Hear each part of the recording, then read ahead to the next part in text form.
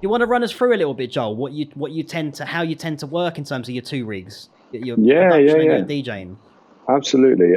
Well, I mean, on my production side of things, I've got a bit of an old Mac. It's the workhorse. It's doing quite well, to be honest with you, considering. But I mean, that's the reason why I paid the money in the first place. So I've got a 2.7 i7 quad core at 16 gig of RAM, which I upgraded.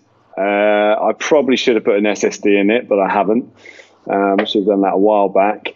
And that is, I've got a pair of focal speakers, little near field monitors that are fantastic. Just so good for this room, to be honest with you. I haven't treated the room, so they work really well because they don't boom too much. You know, you don't get those sort of pockets of bass around here. Whereas on my big KRKs, and I'll come on to them in a minute, man. You know, you've been in this room. Oh yes. It absolutely shakes the entire room. So yeah, it's a bit much in here. Wooden floors and all, unfortunately, and 70s build flats.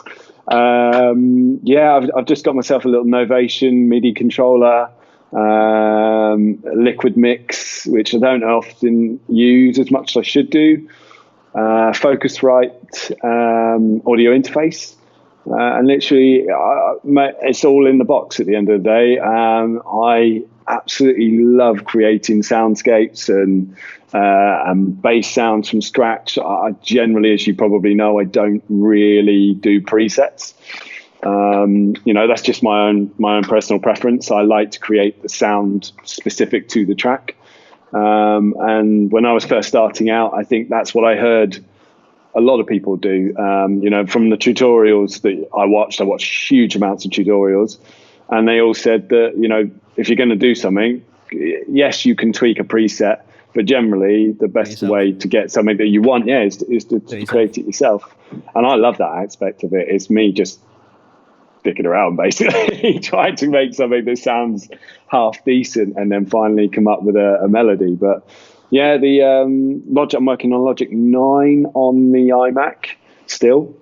Probably should have upgraded that, but I think it's cool, man. I mean, we'll move on to the other rig. I want to just pause you for a sec there. This is because it feeds into kind of like a lot of the chats have been around setups and what people use. You know, you say you kind of maybe you should have upgraded it. Maybe you should have put an SSD in. Well, okay, if you put an SSD in, then you could probably run the later Logic. But does it matter? Like at the end of the day, for what you're producing, I know I've seen your sessions. You know, it's like you really are working that system.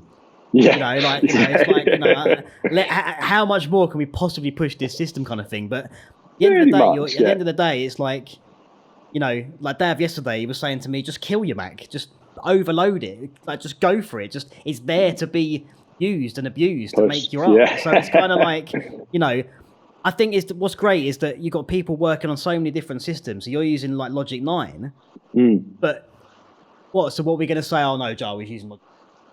You know what I mean? It's like well, who cares? It's like whatever your tool is.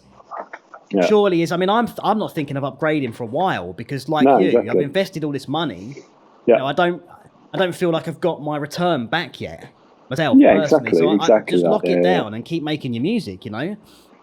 Precisely that. Well, I've limited it. So I mean, I think I only put the iMac on Mavericks, and that was only recently. Because I just thought I knew the capabilities of it. I knew that it would, if I put it on anything newer, it would probably kill my Mac, unfortunately. So yeah, I've kept it like that, and it still serves me well. I mean, I use Ableton as well, so I love to kind of create my I suppose loops. You know, my little loop ideas, because Ableton's absolutely perfect for that. And it runs still absolutely fine on my Mac. So I only get a few glitches every now and then.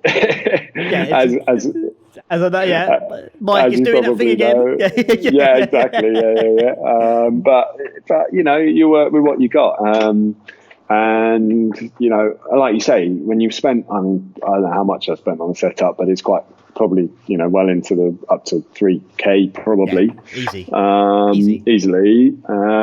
You know, you kind of think, well, exactly like you say, I don't want to don't want to waste that money on something that I one again, what I wouldn't want to put out, and two, waste that sort of time that you've spent building it up. Absolutely. Exactly that. And for your DJing rig, I mean, are we looking at your first decks, if you like, in the background there, or have they gone through some changes? I know you've recently changed your mixer. Is it kind of the same? Is it kind of the same as where you started out, or have you modded it as you've gone along? So, I mean, I bought those decks again probably about 12 years ago. I went for Stantons rather than Technics. Motors burnt. Well, actually, no. I say the motors burnt out. I spilled a pint of Guinness on one of the decks, which, to my detriment, I won't go too much into that. That cost me 250 quid to get that fixed, and then that motor, the same motor, died 2-3 years later, I think. Just before I was about to have a gig, of course it would. Of course it does, mate. It never comes at a good time. Oh no, never. And then I need to have it replaced again, actually, and that's been quite a while back though. So it kind of does a little bit of fun now, where it just stops on its own without redoing anything, and I'm like, want to work by any chance? You know trying to get this track done. I'm trying to freaking play some music here. But yeah, the mixer, I used to have a DJM 600, which again was bought at the same time as the decks, and that served me really well. But the channels started going on it, and I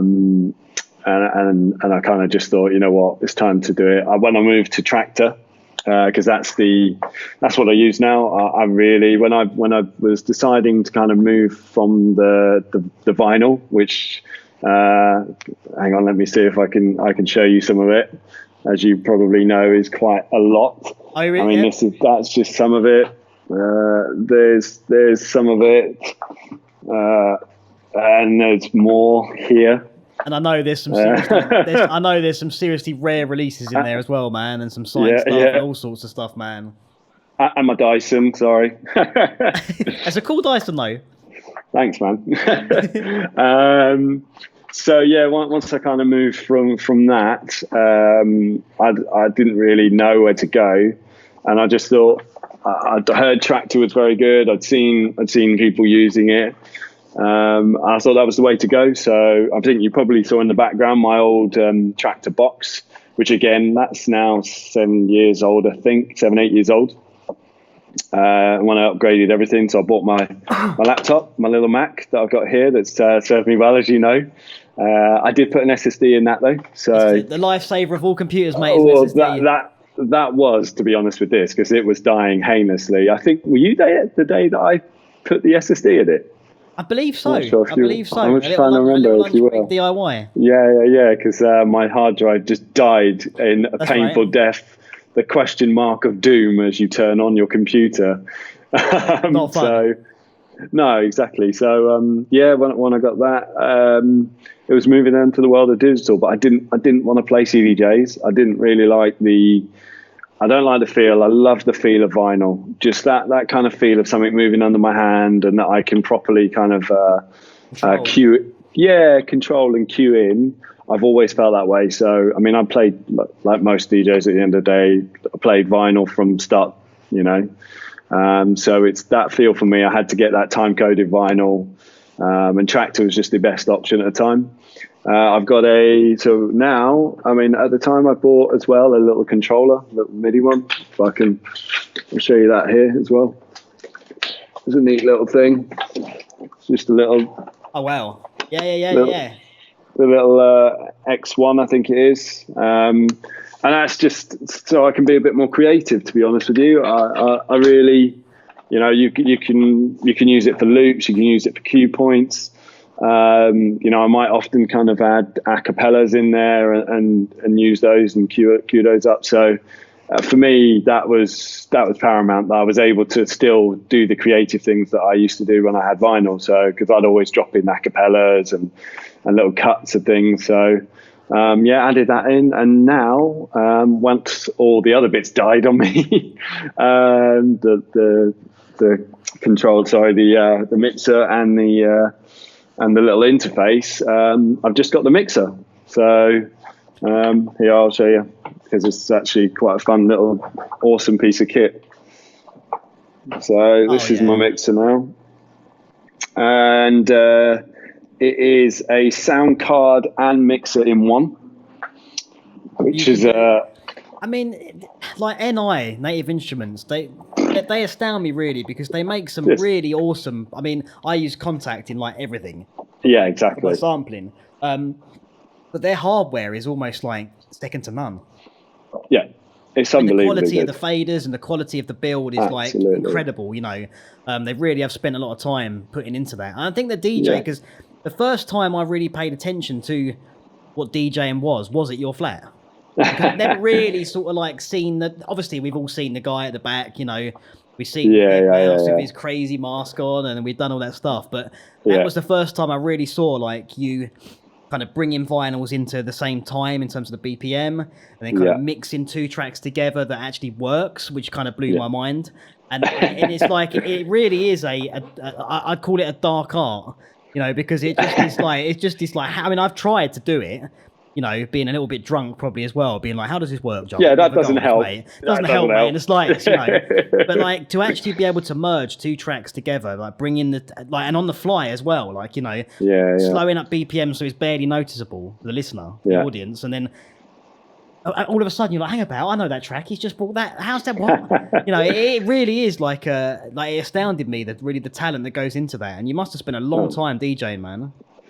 Yeah, I have. I mean, like I say, I'm now 37, and I started when I was 14, 15. So, yeah, bloody long time, you know, 23 years at the end of the day. Amazing. That's, even when I think about that, it makes me feel a bit ill. Actually, I'm like, bloody hell.